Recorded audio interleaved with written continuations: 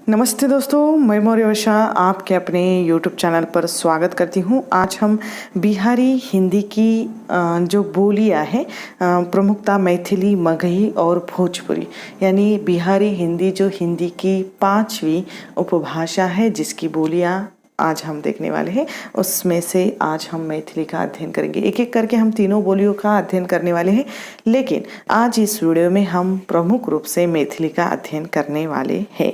ठीक है, तो चलिए शुरू करते हैं। बिहारी हिंदी का विकास मागधी अपभ्रंश से हुआ है, जिसे 2 भागों में विभाजित किया जाता है, पूर्वी बिहारी और पश्चिमी बिहारी, यानी 2 भागों में विभाजन किया जाता है। और यह जो 3 उपबोलियां हैं, पूर्वी बिहारी में 2 बोलियां आती है, मैथिली और मगही, और पश्चिमी बिहारी के अंतर्गत जो है भोजपुरी यह बोली आती है। जॉर्ज ग्रियर्सन ने मगही को मैथिली की एक बोली माना है। ठीक है, अब मैथिली का अर्थ इस तरह है कि मैथिली नाम का प्रयोग प्रदेश के आधार पर किया गया है, यानी मिथिला नामक प्रदेश के आधार पर मैथिली शब्द का सर्वप्रथम प्रयोग जो 1801 में कोलबुक ने किया था। इससे पहले इसे देसिल बना विद्यापति ने कहा है अथवा तिरहुतिया कहा जाता है। ठीक है, तो मैथिली के 2 और नाम है, देसिल बना और तिरहुतिया, यह भी आपको याद रखना है। और एक आध बार ऐसा प्रश्न भी आ सकता है कि विद्यापति ने मैथिली को क्या कहकर पुकारा है या क्या संबोधित किया है, तो आपको याद रखना होगा कि देसिल बना। ठीक है, लिपि मैथिली बोली सामान्यतः नागरी लिपि में ही लिखी जाती है, परंतु मिथिल ब्राह्मण इसे मैथिली लिपि में लिखते हैं। कहीं कहीं कैथी लिपि का प्रयोग भी किया जाता है। यह भी आपको छोटी छोटी बातें याद रखनी होगी कि कैथी लिपि का प्रयोग भी हिंदी भाषा के अंतर्गत या हिंदी बोलियों के अंतर्गत किया जाता है। कुछ पिछले वीडियो में आप देख सकते हैं कि मैंने कहा है कि मैथिली के साथ और भी 2-4 राजस्थानी हिंदी की बोलियां हैं, या जो हमारी गढ़वाली जो बोली है पहाड़ी है, तो पहाड़ी हिंदी के अंतर्गत भी कैथी लिपि का प्रयोग हुआ है।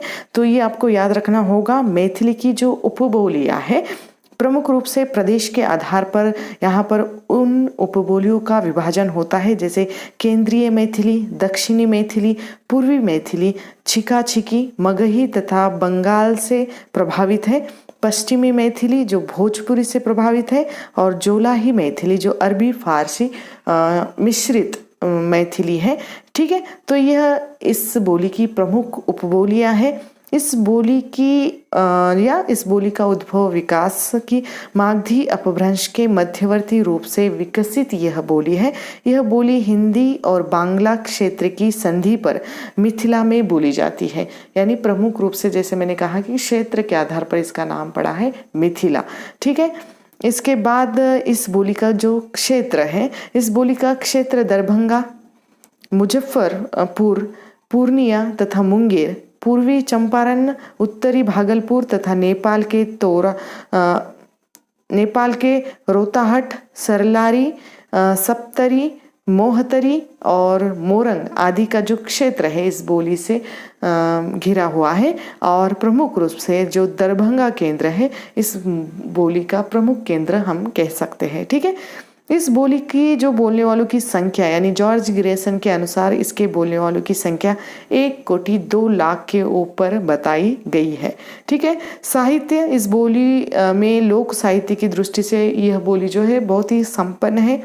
साथ ही इसमें साहित्य रचना प्राचीन काल से होती चली आई है। हिंदी साहित्य के प्रसिद्ध कवि जिसे हम विद्यापति के नाम से जानते हैं, विद्यापति को मिथिल कोकिल इसी कारण कहा जाता है कि इन्होंने अपना काव्य या अपनी काव्य रचना मैथिली बोली में या मैथिली भाषा में ज़्यादा की हुई है। इस कारण इनको मिथिल कोकिल भी कहा जाता है। अर्थात इस भाषा ने यानी इस बोली ने हमें विद्यापति जैसा प्रसिद्ध पंडित या कवि हमें दिया है, या बहुत बड़ा योगदान है हिंदी में मैथिली बोली का, जो विद्यापति जैसे कवि हमें मिले हैं। ठीक है, प्रमुख कवि विद्यापति, गोविंदास, रंजित लाल, हरिमोहन झा, उमापति और महीपति, यह इस बोली के प्रमुख कवि हैं। ठीक है, इस बोली की प्रमुख विशेषताओं में मैथिली बोली की कुछ ध्वनि परिवर्तन इस तरह है, जैसे ल के लिए न का प्रयोग होता है, लवन, न्यून, न के लिए ल का प्रयोग जैसे नालिश यानी लालिश, नोट, लोट आदि।